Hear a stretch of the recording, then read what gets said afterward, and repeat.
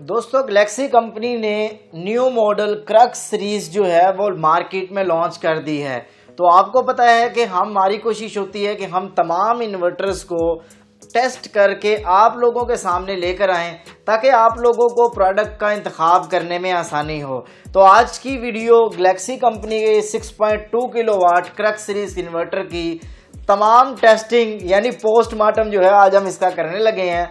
हम इस इन्वर्टर का मुकम्मल लोड टेस्ट करेंगे, हम इस इन्वर्टर का साइन वेव टेस्ट करेंगे, पीवी जनरेशन टेस्ट करेंगे और ग्रिड फीडिंग टेस्ट करेंगे।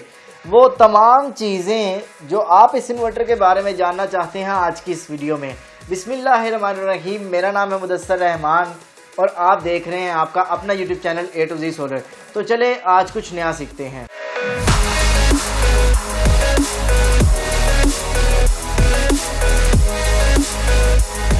प्यारे दोस्तों, अनबॉक्सिंग जब हम करते हैं तो हमें सबसे पहले इसमें एक अदद बहुत प्यारा सा यूज़र मैनुअल मिलता है। मैं हमेशा से ये कहा करता हूँ कि आप यूज़र मैनुअल को हमेशा से रीड कर लिया करें, क्योंकि इसमें इंस्टॉलेशन से लेकर इन्वर्टर के पैरामीटर सेटिंग तक तमाम मालूमात लिखी होती हैं।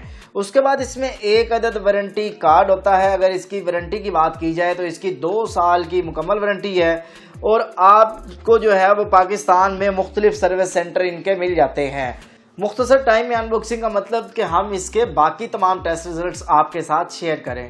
पहले दोस्तों सबसे पहले मैं इसका ग्रिड फीडिंग टेस्ट करूंगा। तो इसके लिए जो है मुझे इन्वर्टर की ग्रिड फीडिंग को ऑन करना है। ग्रिड फीडिंग जो है वो 37 नंबर पर जब आप जाते हैं तो वहाँ पे आपको ऑफ लिखा हुआ मिलता है, उसको आप HYD करेंगे। जैसे ही आप ऑफ को HYD में कन्वर्ट करेंगे तो ग्रिड फीडिंग ऑन हो जाएगी, बट आपको वो रिजल्ट नहीं मिलेगा जो आप चाह रहे होंगे। यानी आप अगर इस पे 6000 वाट सोलर पैनल भी लगा दें तो तब भी आपको वो रिजल्ट नहीं मिलेगा जो आप चाह रहे होंगे।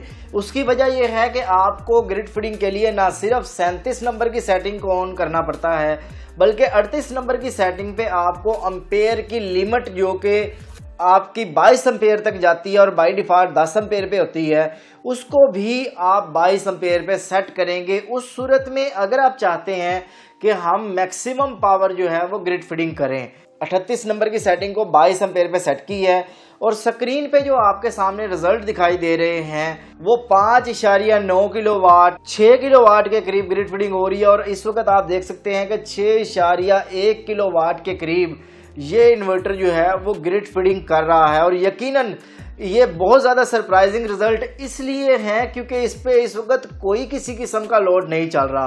ग्रिड फीडिंग चेक करने का यही तरीका होता है कि आप उस पर लोड कोई ना चलाएं और देखें कि इन्वर्टर में क्या खासियत है कि वो कितने वाट तक ग्रिड फीडिंग कर सकता है।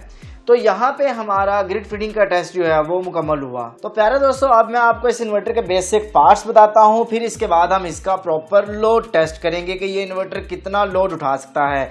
तो यहाँ पे आपको ये क्रक्स का जो है वो लोगो दिखाई दे देता है। कंपनी का नेम है डिस्प्ले है और ये टच बटन है, डिस्प्ले टच बटन आप इसको कह सकते हैं, जिनके जरिए आप पैरामीटर की सेटिंग करते हैं। इसकी दोनों साइडों पे एंटी डस्ट फिल्टर जो है वो लगाए गए हैं। इसका मतलब ये है कि डस्ट और नमी की वजह से जो मसाइल हैं वो कम से कम हमें देखने को मिलेंगे। इसके साथ साथ यहाँ पे हमारे पास ये इन्वर्टर डुअल आउटपुट के साथ आता है।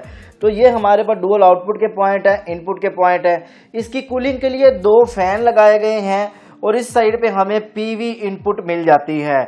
इसके साथ आप बैटरी कनेक्ट कर सकते हैं। अगर आप बैटरी लगाना चाहते हैं तो ये इन्वर्टर बैटरी के साथ भी चलता है और अगर आप इसको विदाउट बैटरी चलाना चाहते हैं तो विदाउट बैटरी भी ये इन्वर्टर चलता है। तो यहाँ पे ये 48 वोल्ट का सिस्टम है। आप 12 वोल्ट की 4 बैटरी लगा सकते हैं। चूँकि इसके अंदर ये BMS मौजूद है तो इसका मतलब है कि आपको 4 बैटरी के बजाय एक बैटरी जो कि लिथियम बैटरी है वो भी आप इसके साथ लगा सकते हैं। यहाँ पे वाईफाई ऑप्शनल है, उसके लिए आपको यहाँ पे पोर्ट मिल जाती है।